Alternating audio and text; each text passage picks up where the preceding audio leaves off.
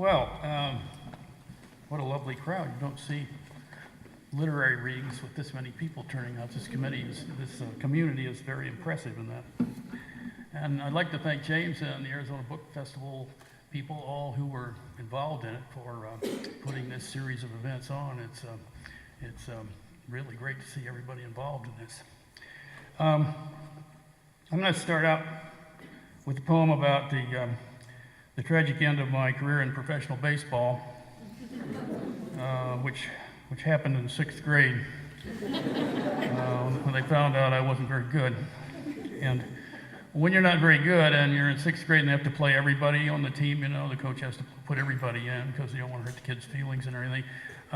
What do you do? Some of you know this probably. What do you do when you have a kid, you want to put him where he's going to do the least damage to the team? The answer is right field. Most hitters hit to center or left, and so he's away from all the bases that way, and probably nobody's. So this poem is called Poet's Corner. I need to remind you, for a later allusion in this poem, that the Romantic poet Percy Shelley, his middle name was Bysshe, Percy Bysshe Shelley. Poet's Corner. They put me in right field because I didn't pitch that well, or throw, or catch, or hit. Because I tried to steer the ball like a paper plane, watch Christmas gifts with big red ribbons floating through the strike zone, and swung at dirt balls. So they played the odds, sent me out there in the tall grass by the skull sign, where I wandered distant as the nosebleed seats my father got us in Comiskey Park.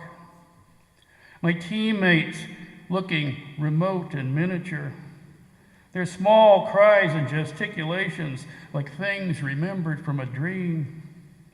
I went dreaming, sun on my face, the scent of sod and bluegrass, the lilt of bird call and early cricket, bending afternoon away from fastballs and hook slides to June's lazy looping single.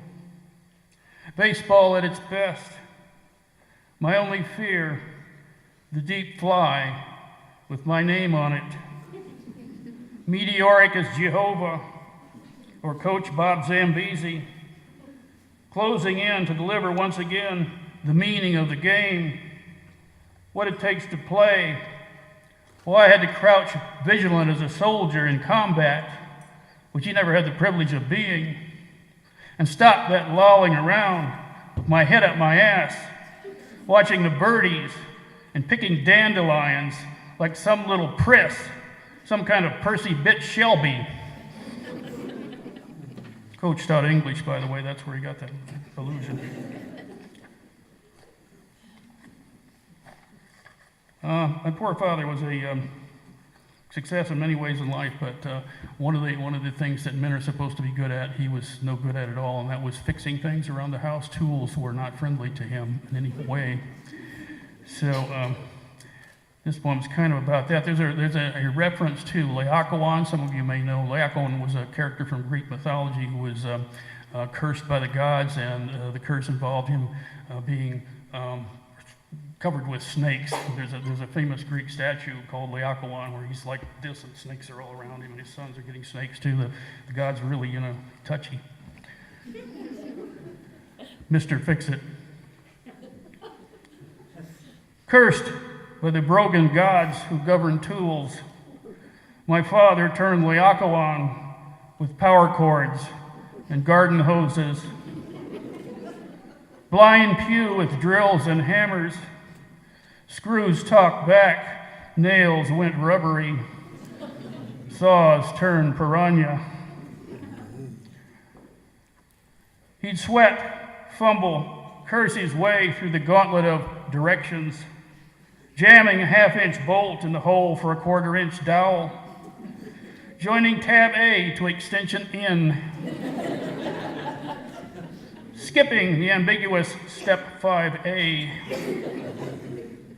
God damn it, he'd declare to the unresponsive skies. Lousy son of a bitch, he'd save for our electric mower, whose cord he'd sever every other turn.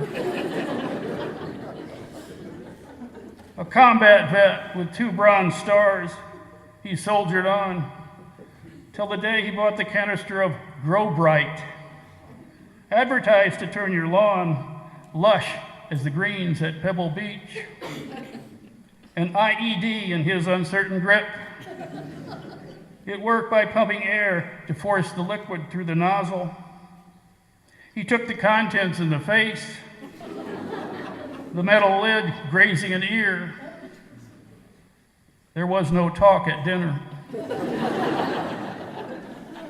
Only the AC chuckling under the window.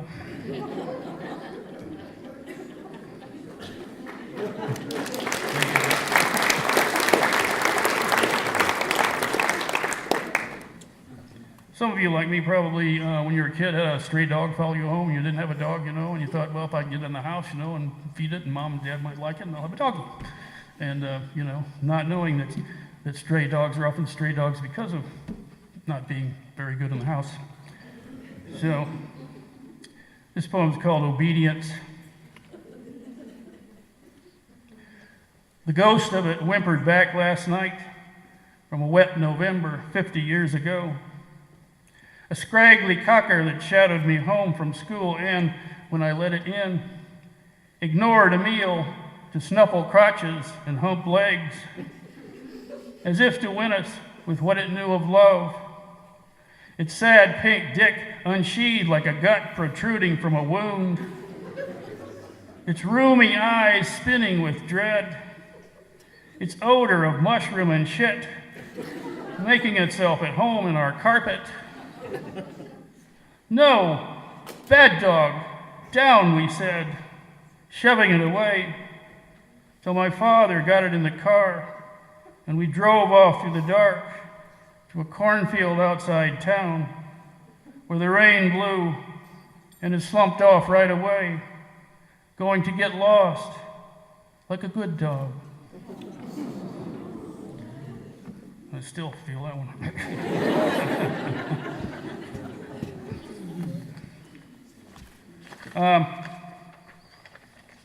A while ago, I made a phone call to my old coach in high school, some 50 or 60 years after the fact, and it's always weird when you talk to somebody or meet somebody you haven't met for that long. You're trying to kind of see what's what.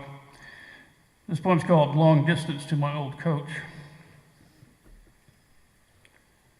The reception's not bad.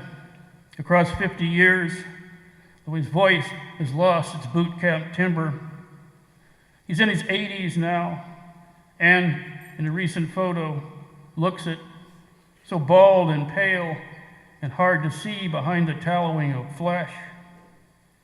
Posing with friends, he's the only one who has to sit, the man 3 of us couldn't pin.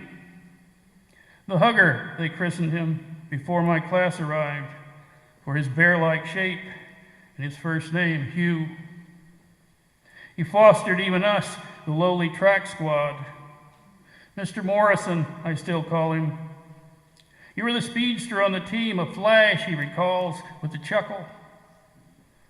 That's where his memory of me fades. And what do I retain of him beyond a nickname, voice, and burly shape? The rest could be invention, memory and desire's sleight of hand, as we call up those we think we've known, to chat about the old days and the weather, bum hips and cholesterol, or small talk numbing his dial tone, serious as a prayer.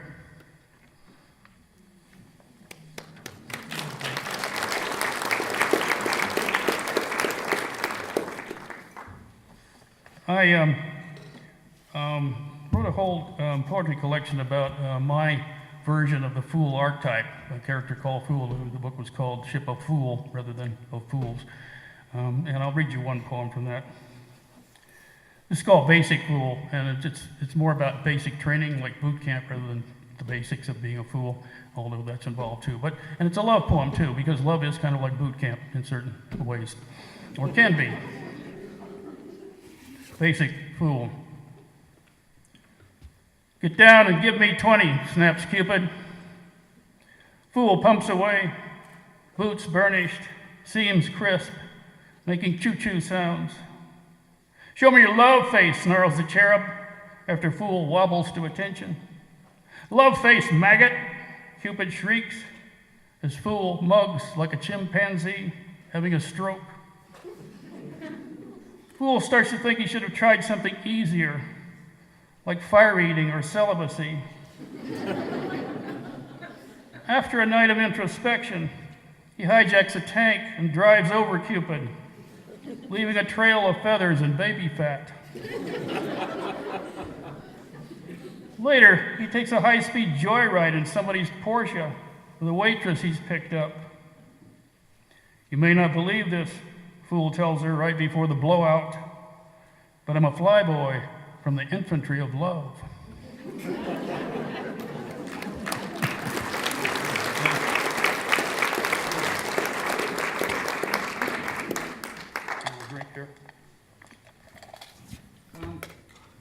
My latest project was a chapbook, a graphic chapbook, a graphic poetry chapbook as opposed to a graphic novel.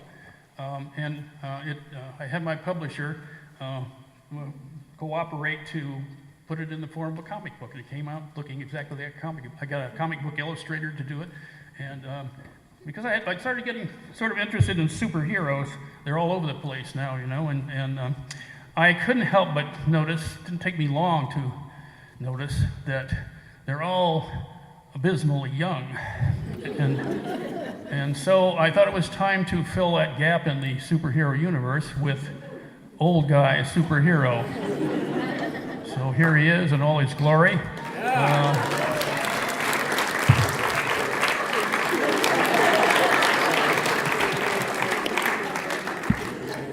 So I'll read you some of those. This is the first one. I was only going to write one, and then they kept popping up. Old guy, superhero. Feels like a young guy in a bad costume. The arms and legs sag, and the waist too tight. Where there should be a large S, golden star, or lightning bolt, there's what looks like a zero. And on his trunks, depends. The boots look more like flannel slippers. Some louts made off with his super hearing and X-ray vision, leaving only an ampli-ear and Coke bottle lenses. Like certain sheep, he doesn't fly so much as plummet. He hasn't smashed through a good wall or door since before he can remember, which is a little after breakfast. Speeding bullets and tall buildings must now be turtles and molehills. He has no fear of an erection lasting more than 4 hours.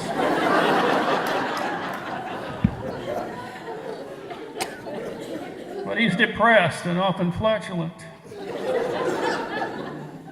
His best tactic, the long wait, accounts for the demise of many a foe. That, or rambling on and on and on and on, which can paralyze from as far as 10 feet.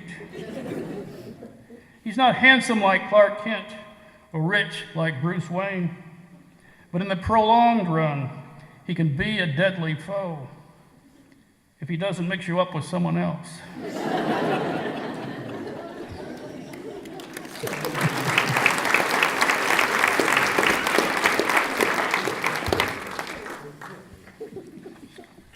Old guy superhero counter-terrorist.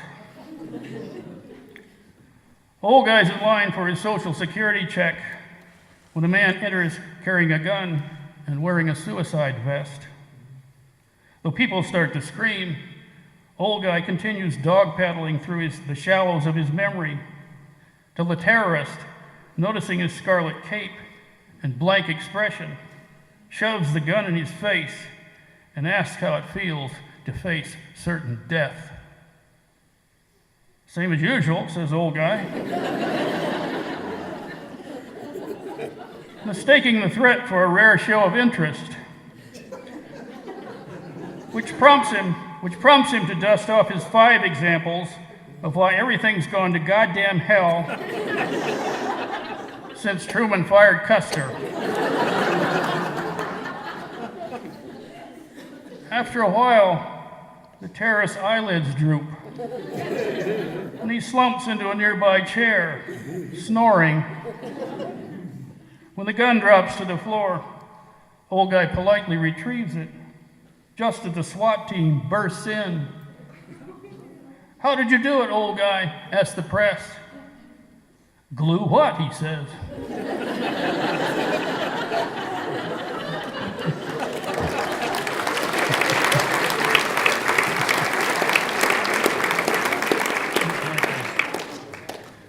Okay, every superhero has to have a supermobile, you know. The Batman's got the Batmobile, and Rubberman has the Rubbermobile, I guess. I don't know. So, this is old guy superhero top eliminator. Old guy goes looking for adventure in the old guy mobile, a refurbished Oscar Mayer Wienermobile, acquired by agreeing to take it off the owner's hands. He's repainted it marine green with lightning bolts that wobble across the Wiener's sides. The horn, when it works, plays what sounds like a kazoo band version of "I Wish I Was an Oscar Mayer Wiener." Sadly, the helmet old guy mounted on the Wiener's front end makes it resemble a half-erect penis. Unfazed by the ensuing catcalls, old guy guns his engine as he and a Stingray guy pull up to a red light. He remembers driving the young guy mobile, 426 Hemi, supercharged, chopped and Frenched, ground Quaker, babe waker, heartbreaker to all takers. When the light flashes green, he spills hot thermos coffee down his crotch, causing him to swerve into the Stingray, which accelerates into a sewage truck. "Feel lucky now, punk?" says old guy, lurching off to his horn's melodious lilt.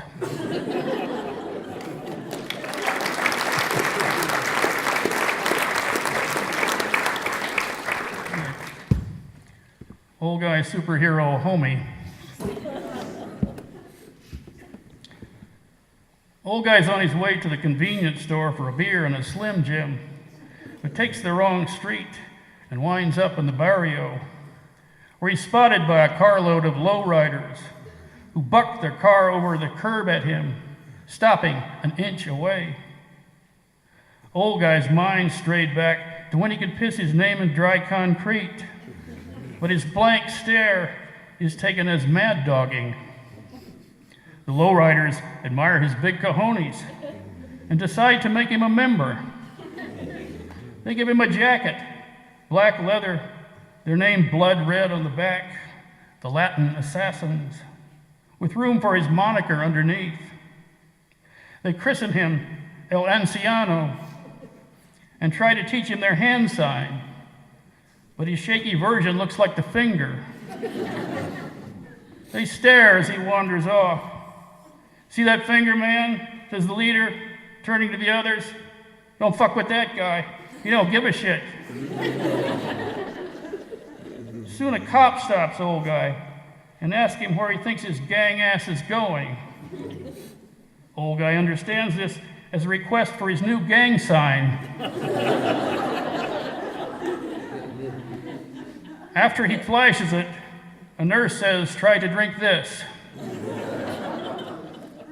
But as he heals, word of old guy's ballsy gesture to the system feeds the legend of El Anciano, Fist of Fire.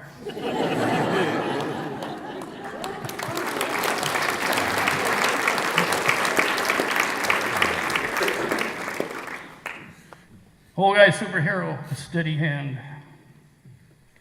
When old guy spots an old lady waiting for the light to change, he steps up and gently takes her arm.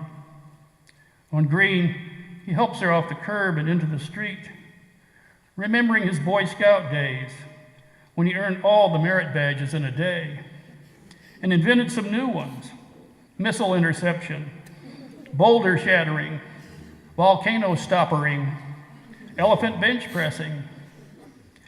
All the Girl Scouts wanted to camp out with him, stitch up a lanyard or two, explore the more advanced knots. But the red phone clamored all the time. Off he'd go to thwart the latest megalomaniac or suck air from another hurricane. He needed a silo to hold all his medals. Now, after he gets the old lady across, she pats his hand and asks, "Do you need more help?"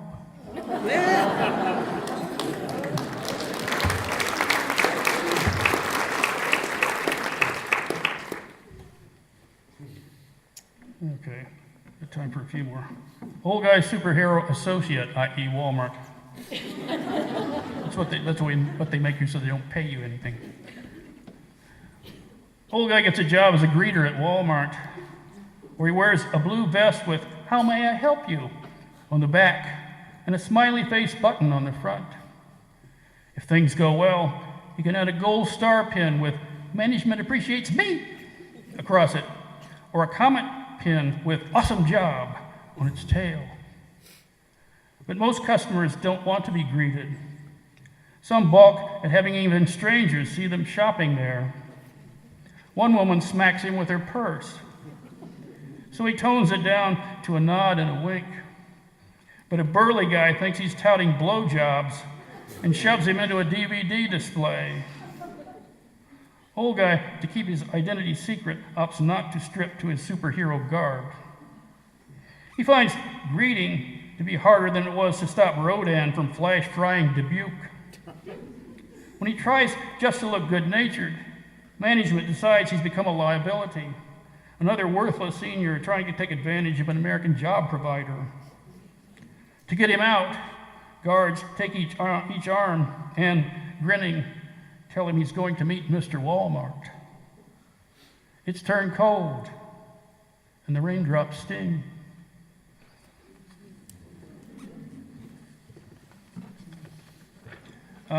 This next one is called Old Guy Undercover, and I need to coach you a little bit on this. There's a shrub mentioned at the beginning of the poem, and at the end of the poem you need to watch out for that shrub, as in a bush, a shrub. So, Old Guy Superhero Undercover. On patrol in the city one evening, Old Guy stops to relieve himself on an out-of-the-way shrub, which is actually an in-the-way poodle, being walked by a local matron, who immediately summons the police. Arrested for indecent exposure, Old Guy thinks he's to infiltrate the indecent other occupants in the police van and expose any upcoming plots. To gain their confidence, he says he's just iced a Meals on Wheels lady. They report this to the officers in front, hoping to earn reduced sentences. Locked up in max security, Old Guy confides to a janitor he mistakes for a uniformed contact that he's in with the indecents, that the go signal will be 2 longs and a short. The janitor contacts the city paper, informing them the police are mistreating a harmless old loony. To prevent a PR disaster, the chief has the charges dismissed and, as cameras flash, presents Old Guy with a gold plaque naming him a senior posse member. In the front page photo, Old Guy can be seen sizing up a shrub-sized floral display.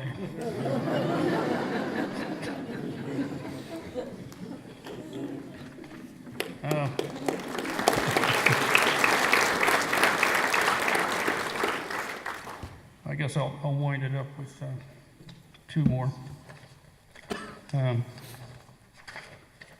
One more. No, wait a minute. Okay. Yeah, 2 more. Old Guy Superhero versus his nemesis.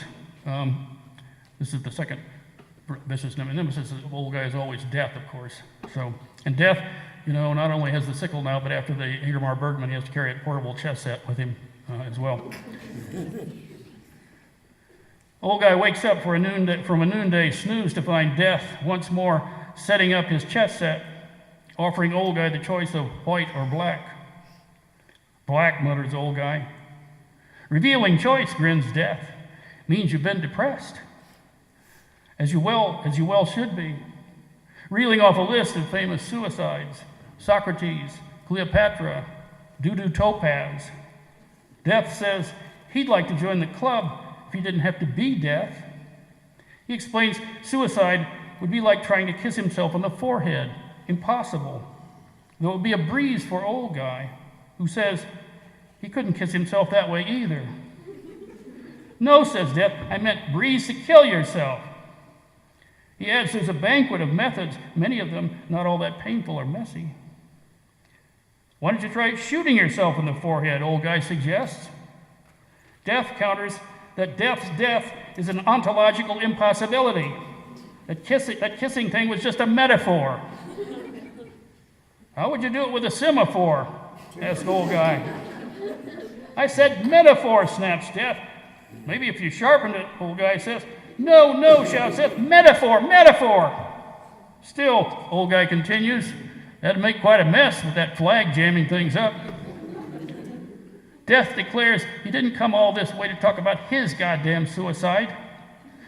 That he didn't ask for this shit job where everybody hates you and all you do is go around creeping people out, causing misery for no reason at all. I could have been a dancer if you'd like to know, he sobs. But dance with death, right? Try to get an agent with that hanging around your neck. He rakes the chess pieces into a bag, folds up his board, and clatters off. How about trying one of them plastic bags over your head, old guy calls after him.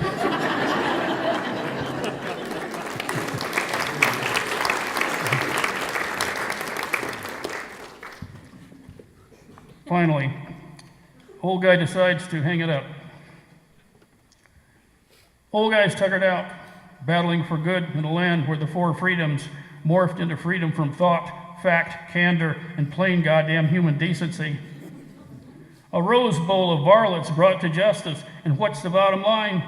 4 mega rose bowls of replacements and a mile-long line of wannabes shoving in. He moves into Hunter's Glen Retirement Estates, where he's assigned a room with a bed, chair, pole lamp, and a window looking out on a budget rent-a-car lot. Dinners in the plantation room, where meals feature Jell-O, turkey loaf, Dale rolls, and Jell-O. Entertainment takes place in the Moonlight Ballroom, which offers barbershop quartets, Boy Scout drill teams, nutrition lectures, bingo, and slideshows for prepaid burial plots. Lodgers respond with 1,000-yard stares through roomy eyes. Old guy stares out his window, then demands a full refund, and, in a rented red Camaro, screeches off for a rematch with iniquity, cleaving the people who love people sign.